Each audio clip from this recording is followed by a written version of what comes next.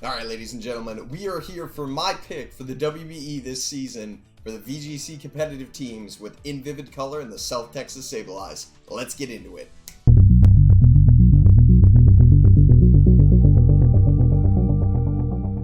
Alright, here is the team on the left-hand side there. A super strong Graph team, in my opinion. He's got 4 great gears, which we're going to get into right now. Starting off, we have the max defense gear in Palossand and Accelgor. Nothing like being able to come out front, Dynamax a Palossand with a weakness policy, and immediately have Accelgor maximize its defense with its water compaction ability and water shuriken coming off of it. Then to have the weakness policy to do max amounts of damage coming out of Palossand. It's a super strong leadoff combination that I do not think we'll see much sleeping on when those two are coming in the 6th pick for the South Texas Sableyes. Obviously something you have to plan very meticulously for with special attackers for this team. Next up, we're talking about a dual core in Trick Room and an expanding force here. There's a large amount of this team that plays extremely well in Trick Room in Reuniclus, Indeedee-M, Rapidash, and Amoonguss.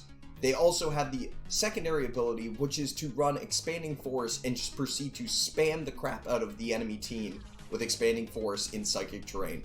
Obviously, Indeedee-M super strong in its ability to do that, being the faster of the two and less defensive, but also being able to bring Reuniclus, set up Trick Room for it, and to watch that thing just land blow after blow of extremely strong, extremely powerful Expanding Forces coming out of it, or its Dynamax potential as well, is something that I do not think this team will have much trouble doing. Finally, to wrap up with the 4th core, we give a special shout out to my favorite type of weather in this game in rain. Pelipper and Seismitoad super strong here with Swift Swim, Seismitoad, and Pelipper to be able to get those 100% accurate hurricanes. It's going to be super fun to see the rain come in as well. Alright, let's talk Poké highlights, starting with our boy G-Max Duraludon here. Obviously, super strong pick in Duraludon in and of itself. I don't think we're going to see too much of the G-Max form of it though out on the battlefield, just because its signature move reduces the PP of somebody's move, and that's really not something in a VGC match you're ever going to see competitively really used up too quickly,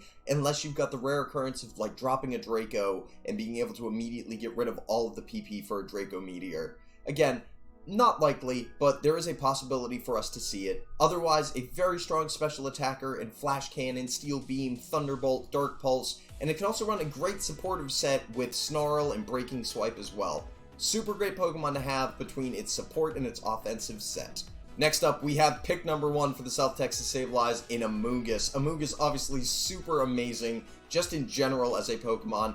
It's strong in Trick Room, it's got the redirect potential with Rage Powder, it can run Energy Ball, Clear Smog for stat reset, and don't forget, as of recently, we've just had the Trainers Cup finish, and everybody got a shiny Amoonguss with the correct nature, stats, IVs, and EVs from the recent Players Cup. So, if you didn't pick that up, I'm sorry, it's kind of already over. But at the same time, if you did, that is a standard set to be running on Amoonguss that I could see Vivid bringing very quickly into one of his competitive matches. Let's talk Pelipper now with our super strong Rain Core. Pelipper, a great special attacker. It can run Hurricane, Scald, and Weather Ball with its weather up to get strong special attacking moves off the bat. It also gets access to Tailwind, which will be very important for the team if he's trying to run a speedy non-Trick Room set. Also, a secondary set that not many people are too often running nowadays is a great physically bulky Pelipper set that I ran previously, where it's maximized defense, maximized HP. It's not dealing out as much damage, but let me tell you, it can survive some special attack.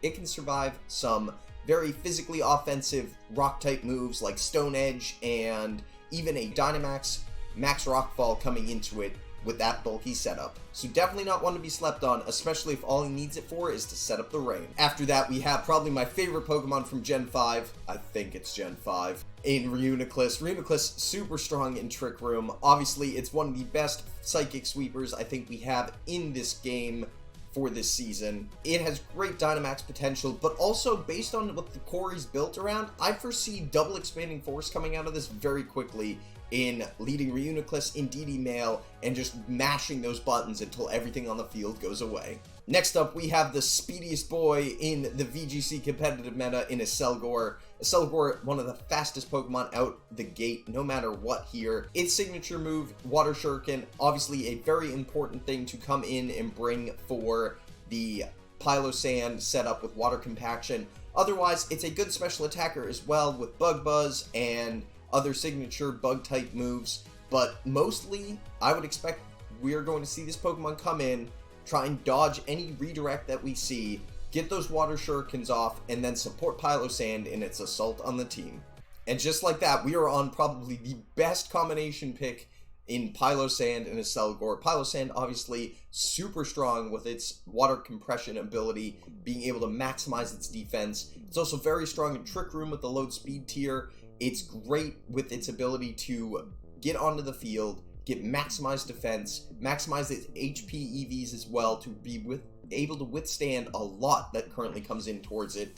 It's obviously a strong special attacker with Earth Power, Giga Drain. It also has the ability Shore Up, which heals it for 1/2 of its health or 2/3 in the Sandstorm. Could be very potentially useful if he goes up against a sand team in the future that sets up the weather for him. After that, we are on to Galar Rapidash. Galar Rapidash, one of the weaker picks of this team, but again, we're back to it's a tier 4 pick for a reason here. You can run a special or a physical core with Galar Rapidash.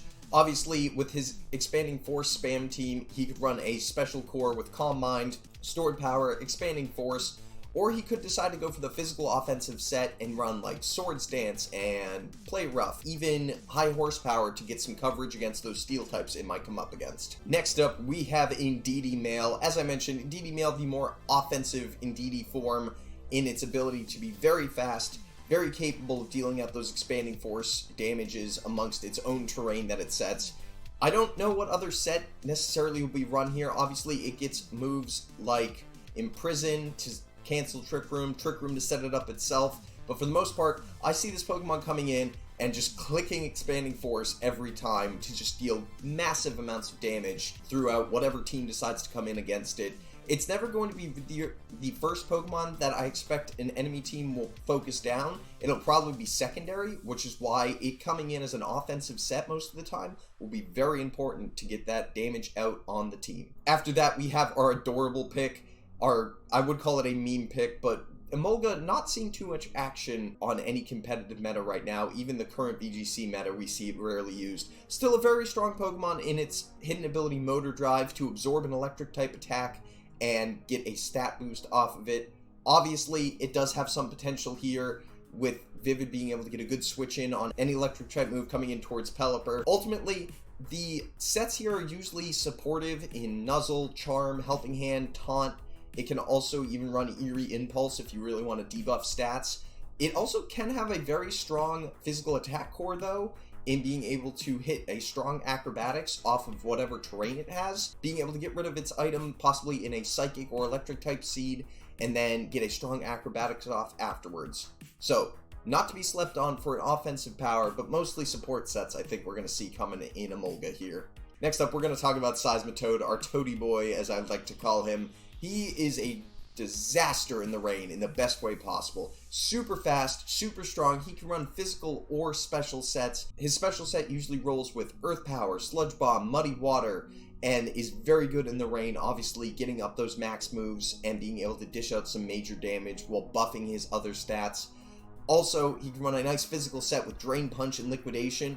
So you can sort of see both sides of this. He can buff his offensive stats in Max Ooze and Max Knuckle and be able to ultimately come out the other side of his Dynamax with still fantastic offensive potential. Great pick, great partner to Pelipper.